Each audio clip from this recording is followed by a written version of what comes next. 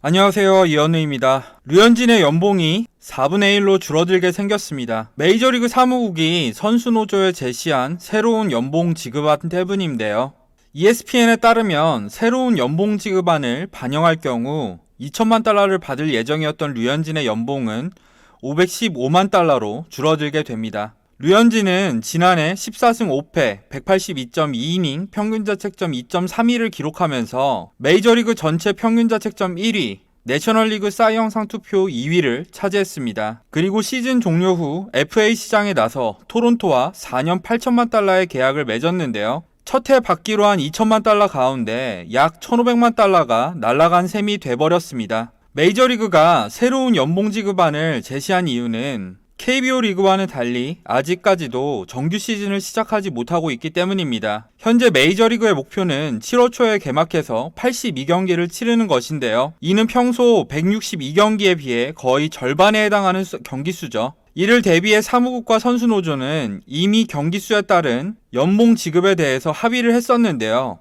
목표가 82경기니까 이미 선수들은 연봉의 약 50.6%밖에 못 받는 상황이었습니다. 류현진으로 치면 2천만 달러에서 약 1,000만 달러로 줄어든 셈이죠. 그런데 당시 합의할 때 아직 예상하지 못했던 문제가 하나 더 있었는데요. 바로 개막을 하더라도 무관중으로 밖에 경기를 진행할 수 없다는 것입니다. 따라서 메이저리그 수입의 거의 절반에 해당하는 입장 수입을 기대할 수 없는 상황이죠.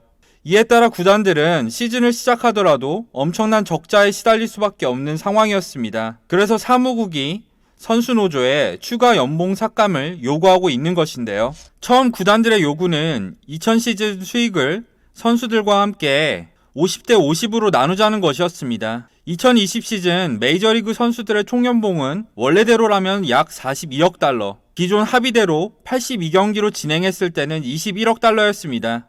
그런데 2020 시즌 예상되는 메이저리그 30개 구단의 예상 수익은 약 20억 달러입니다. 여기서 절반을 준다는 거니까 10억 달러죠. 그러니까 절반을 깎은 데서 다시 절반을 깎겠다는 얘기였습니다. 당연히 선수노조는 이런 구단들의 제안을 거부했었는데요. 그러자 사무국이 새로운 연봉 삭감안을 들고 온 것입니다. 이번 제안의 핵심은 선수별 연봉에 따라 차등 삭감하는 것입니다. 기존 대비 모든 선수들의 연봉이 75%씩 깎인다면 이번 제안에서는 최저연봉 선수들의 연봉은 54%가량으로 덜 깎이고 대신에 연봉으로 3,500만 달러를 받는 선수는 78%가량으로 더 깎이게 되는 것입니다. 이렇게 되면 선수들의 연봉을 모두 더했을 때는 기존 50대 50 제한일 때 10억 달러에서 약 13.4억 달러로 늘어나게 됩니다. 구단 입장에선 확실히 기존보다 더 양보한 것이죠. 연봉이 3.4억 달러가 더 증가한 것이니까요. 게다가 이번 연봉 감소로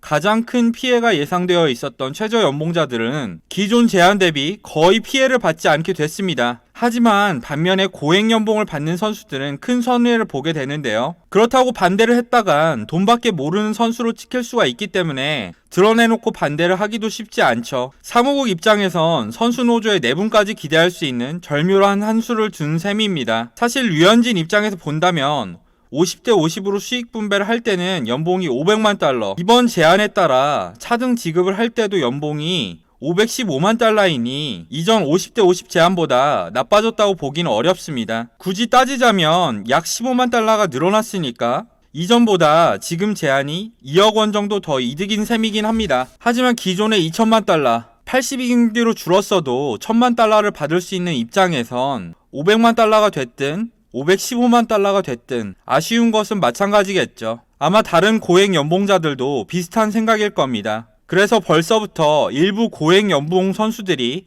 SNS를 통해 반발하고 있죠. 메이저리그가 7월 4일에 개막하기 위해선 사무국과 선수노조가 적어도 6월 7일까지는 연봉 지급에 대해서 합의를 해야 합니다. 과연 양측은 극적인 합의를 이뤄낼 수 있을까요? 이번 방송은 여기까지입니다. 감사합니다.